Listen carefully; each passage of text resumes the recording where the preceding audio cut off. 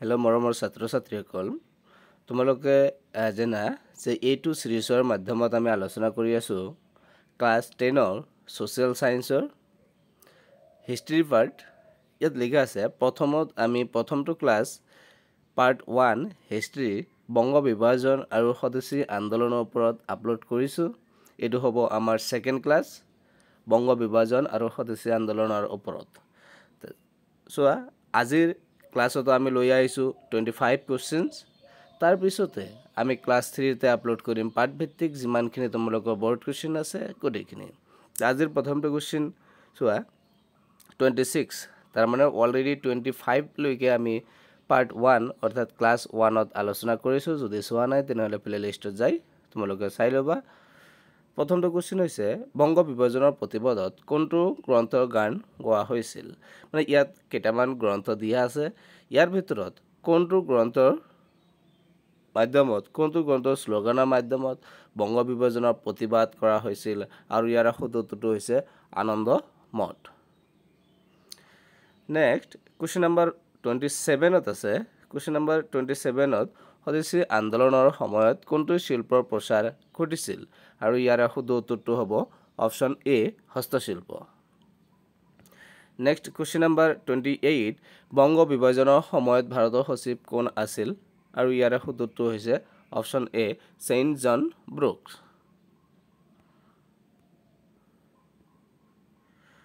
next question number 29 স্বদেশী আন্দোলনৰ ফলত কোনটো দলৰ জন্ম হৈছিল আৰু ইয়াৰ শুদ্ধটো হৈছে অপচন এ মুছলিম লীগ 1906 চনত হৈছিল নেক্সট কোৱেশ্চন নম্বৰ 30 বংগ বিভাজনৰ পিছত কোনখন প্ৰদেশৰ সৃষ্টি হৈছিল আৰু ইয়াৰ শুদ্ধটো হৈছে অপচন এ পূৰ্ব বংগ আৰু অসম নেক্সট কোৱেশ্চন নম্বৰ 31 স্বদেশী আন্দোলনৰ সময়ত কোনটো প্ৰতিষ্ঠান বন্ধ কৰা হৈছিল আৰু ইয়াৰ শুদ্ধটো হৈছে বিদেশী বিদ্যালয় অৰ্থাৎ অপচন এ নেক্সট কোৱেশ্চন নম্বৰ 32 বংগ বিভাজনৰ বিৰুদ্ধে কোনটো সমিতি গঠন হৈছিল আৰু ইয়াৰ শুদ্ধটো হৈছে অপচন এ স্বদেশী সমিতি নেক্সট কোৱেশ্চন নম্বৰ 33 স্বদেশী আন্দোলনৰ সময়ত কোনটো প্ৰতীকৰ ব্যৱহাৰ হৈছিল আৰু ইয়াৰ শুদ্ধটো হৈছে এটা কথা তোমালোকে অপচন বিলাক চাই লবা অপচন আৰু বিভিন্ন ধৰণৰ থাকিব পাৰে তাৰ মাধ্যমত কি হ'ব এটা কিন্তু শুদ্ধ উত্তৰ থাকিব তোমালোকে নিশ্চয় জানা তে গটিখিনি অপচন যদি মই পঢ়ি দিও তেনেহলে কিন্তু সময়টো অলপ বেছি লাগিব হেয়া মই জাস্ট শুদ্ধ উত্তৰটো কৈ আছো তোমালোকে পঢ়ি লবা যেনেকৈ ইয়াত কোৱেশ্চনটো কি দিয়া আছে স্বদেশী আন্দোলনৰ সময়ত কোনটো প্ৰতীকৰ ব্যৱহাৰ হৈছিল আৰু অপচন এ চৰখা অপচন বি ত্ৰিৰংগা অপচন সি কমল ফুল অপচন ডি হাসি আৰু ইয়াৰ ভিতৰত শুদ্ধ উত্তৰটো হৈছে অপচন এ চৰখা হৈছে স্বদেশী আন্দোলনৰ সময়ত ব্যৱহাৰ কৰা এটা প্ৰতীক ইয়াতে তোমালোকক আৰু এটা কথা জনাই চাও যে তোমালোকক গোটেইখিনি সিলেবাস এনেকৈ সিৰিয়ালি এমসিকিউৰ লগতে থিওৰি যিমানখিনি পাঠভিত্তিক বৰ্ড কোৱেশ্চন আছে গোটেইখিনি সলিউশন হোৱাৰ কাৰণে ইংলিশ সমাজ বিজ্ঞান বিজ্ঞান অসমীয়া এই গোটেইখিনি সাবজেক্টৰ এই গোটেইখিনি সাবজেক্টৰ syllabus wise class MCQ plus theory পোৱাৰ কাৰণে অনুগ্ৰহ কৰি আমাৰ channel yes you can crack to subscribe কৰিবা বন্ধু-বান্ধৱৰ লগত শেয়াৰ কৰিবা আমি এতিয়াৰ পৰা গোটেইখিনি সিলেবাস কমপ্লিট কৰাৰ প্ৰতিশ্ৰুতি তোমালোকক দিছো আমি এনেকৈ ক্লাছ বিলাক দি যাম তোমালোকে নিশ্চয় উপকৃত হবা আৰু আমাৰ এই পিডিএফ খিনি যিমানখিনি বৰ্ড কোৱেশ্চন প্লাস এমসিকিউ আছে পাবলৈ হলে তোমালোকে আমাৰ ডেসক্ৰিপচন দি দিয়া yes you can crack number টেলিগ্ৰামৰ যেটো চেনেল লিংক থাকিব এই লিংকত গৈ টেলিগ্ৰামত জয়েন হৈ লবা আমি এই টেলিগ্ৰামত ফ্ৰী অফ কষ্টত আমি পিডিএফ খিনি তোমালোকক পঠাই দিম okay next question number 34 Banga বিভাজনৰ প্ৰতিবাদত কোনটো কাৰ্যক্ৰম আৰম্ভ হৈছিল আৰু ইয়াৰ শুদ্ধটো হৈছে অপচন এ বিদেশী সামগ্ৰী বৰ্জন নেক্সট কোৱেশ্চন নম্বৰ 35 পত স্বদেশী আন্দোলনৰ সময়ত কোনটো গ্ৰন্থৰ প্ৰভাৱ আছিল আৰু ইয়াৰ শুদ্ধটো হৈছে অপচন এ আনন্দ মঠ নেক্সট কোৱেশ্চন নম্বৰ 36 বংগ বিভাজনৰ পিছত কোনটো ভাষাৰ প্ৰভাৱ বাঢ়িছিল আৰু ইয়াৰ শুদ্ধটো হৈছে option B Bangla next question number 37 স্বদেশী আন্দোলনৰ সময়ত কোনটো গোট সক্ৰিয় হৈছিল মানে স্বদেশী আন্দোলনৰ পিছত তোমালোকৰ ক্লাছত নিশ্চয় স্কুলত পঢ়াইছে চৰমপন্থী আৰু নৰমপন্থী দুটা ভাগ আছিল ইয়াৰ ভিতৰত স্বদেশী আন্দোলনৰ সময়ত কোনটো গোট সক্ৰিয় হৈছিল আৰু ইয়াৰ সূত্ৰটো হৈছে চৰমপন্থী অৰ্থাৎ option B next question number 38 বংগ বিভাজনৰ প্ৰতিবাদত কোনটো চহৰত বৃহৎ সভা অনুষ্ঠিত হৈছিল আৰু ইয়াৰ সূত্ৰটো হৈছে option A Kolkata West Bengal পশ্চিম বংগৰ কলকাতা চহৰত নেক্সট কুৱেশ্যন নাম্বাৰ 39 স্বদেশী আন্দোলনৰ ফলত কোনটো শিল্পৰ উন্নতি হৈছিল আৰু ইয়াৰ সূত্ৰটো হৈছে অপশ্যন এ বয়ন শিল্প নেক্সট কুৱেশ্যন নাম্বাৰ 40 বংগ বিভাজনৰ সময়ত কোনটো দলৰ জন্ম হৈছিল আৰু ইয়াৰ সূত্ৰটো হৈছে মুছলিম লীগ অপশ্যন এ নেক্সট 41 স্বদেশী আন্দোলনৰ সময়ত কোনটো প্ৰতিষ্ঠানৰ প্ৰতিষ্ঠা হৈছিল আৰু ইয়াৰ সূত্ৰটো হৈছে Bengal national college option A next question number 42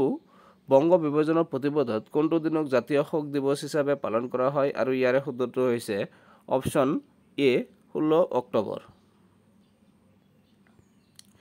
next question number 43 স্বদেশী আন্দোলনৰ সময়ত কোনটো প্ৰতিষ্ঠান বৰ্জন কৰা হৈছিল আৰু ইয়াৰ সূত্ৰটো হৈছে বিদেশী আদালত অৰ্থাৎ অপশ্যন বি হ'ব শুদ্ধ উত্তৰ নেক্সট কুৱেশ্যন নাম্বাৰ 44 বংগ বিভাজনৰ পিছত কোনটো প্ৰদেশৰ সৃষ্টি হৈছিল আৰু ইয়াৰ সূত্ৰটো হৈছে অপশ্যন এ পশ্চিম বংগ কুৱেশ্যন নাম্বাৰ 45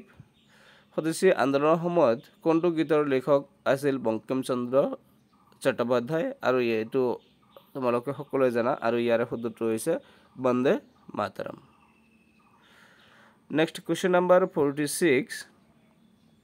বংগ বিভাজনৰ প্ৰতিবাদত কোনটো প্ৰতীক ব্যৱহাৰ কৰা হৈছিল ইয়াৰ প্ৰতিবাদত কোনটো ব্যৱহাৰ কৰা হৈছিল আৰু ইয়াৰ সূত্ৰটো হৈছে অপশ্যন এ ৰাখি কুৱেশ্যন নাম্বাৰ 47 স্বদেশী আন্দোলনৰ সময়ত কোনটো শ্ৰেণীয়ে অংশগ্ৰহণ কৰিছিল আৰু ইয়াৰ সূত্ৰটো হৈছে অপশ্যন এ ছাত্ৰ শিক্ষক কুৱেশ্যন নাম্বাৰ 48 বংগ বিভাজনৰ পিছত কোনটো অঞ্চল পূৰ্ব বংগৰ অংশ হৈছিল আৰু ইয়াৰ সূত্ৰটো হৈছে অসম কুৱেশ্যন নাম্বাৰ 49 স্বদেশী আন্দোলনৰ সময়ত কোনটো কাৰ্যক্ৰমৰ ওপৰত গুৰুত্ব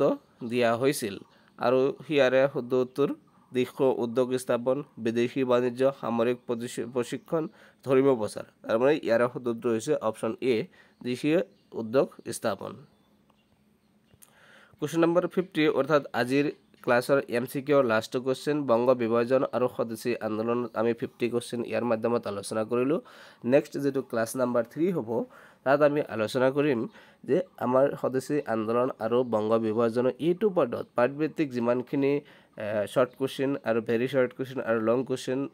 চমুটকা যিখিনি দিয়া আছে এই গোটেইখিনি এটা ক্লাছত ক্লাছ নাম্বাৰ 3 ত আমি আলোচনা কৰিম গতিকে নেক্সট ক্লাছ পোৱাৰ কাৰণে চেনেলটো সাবস্ক্ৰাইব কৰি থোৱা আৰু আমাৰ চেনেলৰ লগত থকা গোটেইখিনি সিলেবাস